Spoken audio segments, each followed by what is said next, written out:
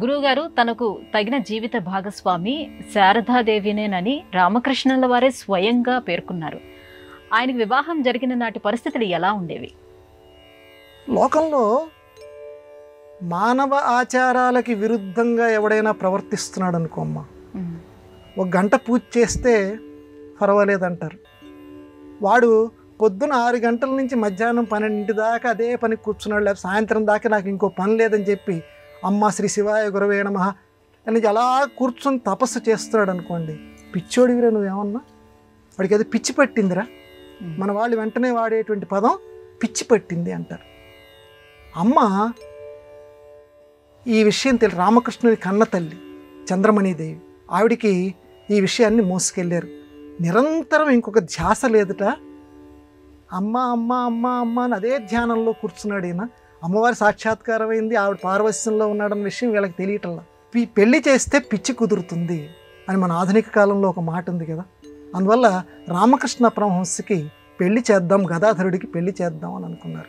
అప్పటికే కుటుంబంలో పెద్దవాడు చనిపోయారు.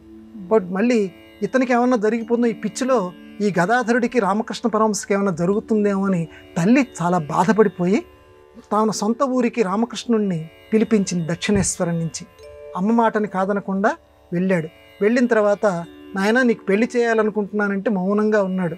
అంగీకారం చెప్పలా, అనంగీకారం చెప్పలా. ఈ రకంగా సంబంధాలు వెతుకుతున్నారు.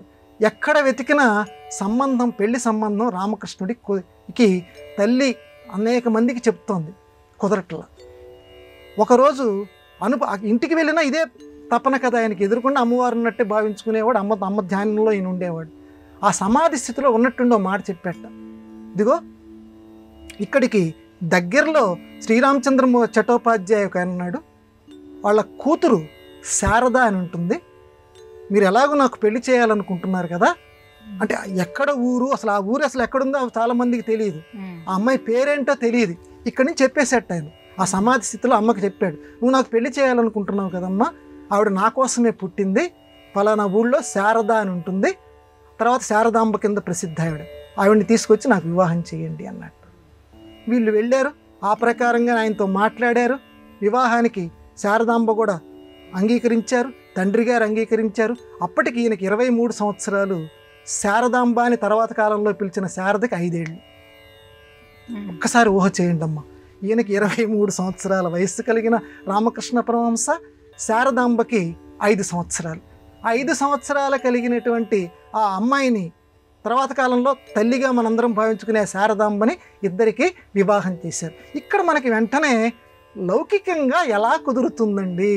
మనం ఎంతసేపటికి మనందరివి మానవ చక్షుషులు, మానవుల యొక్క ఆలోచనలు. అందుకే మానవాతీతమైనటువంటి దాంపత్యం రామకృష్ణ శారదాంబది. కామానికి తావు లేదు, అదొక్క పదం నేను వాడుతున్నాను. కామానికి తావు లేనటువంటి అద్భుతమైనటువంటి యోగ దాంపత్యం శారదాంబది రామకృష్ణులది. వాళ్ళిద్దరిది అలాగే వివాహం జరిగింది.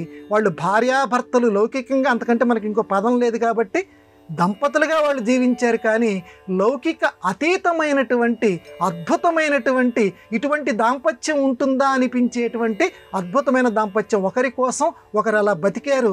రామకృష్ణుడి కోసం శారదాంబ, శారదాంబ కోసం రామకృష్ణుడు. ఎందుకంటే రామకృష్ణుడిని అర్థం చేసుకుంది శారదాంబ. తర్వాత కాలంలో ఎంతో సేవ చేసింది. ఇప్పటికి కూడా శారదాంబ ఉపదేశాలు మనకు దొరుకుతూనే ఉన్నాయి. రామకృష్ణుని పరిపూర్ణంగా అర్థం చేసుకొని ఈ లోకానికి ఆయనంటే ఏమిటో తెలిపినటువంటి మహనీయురాలు శారదాంబ.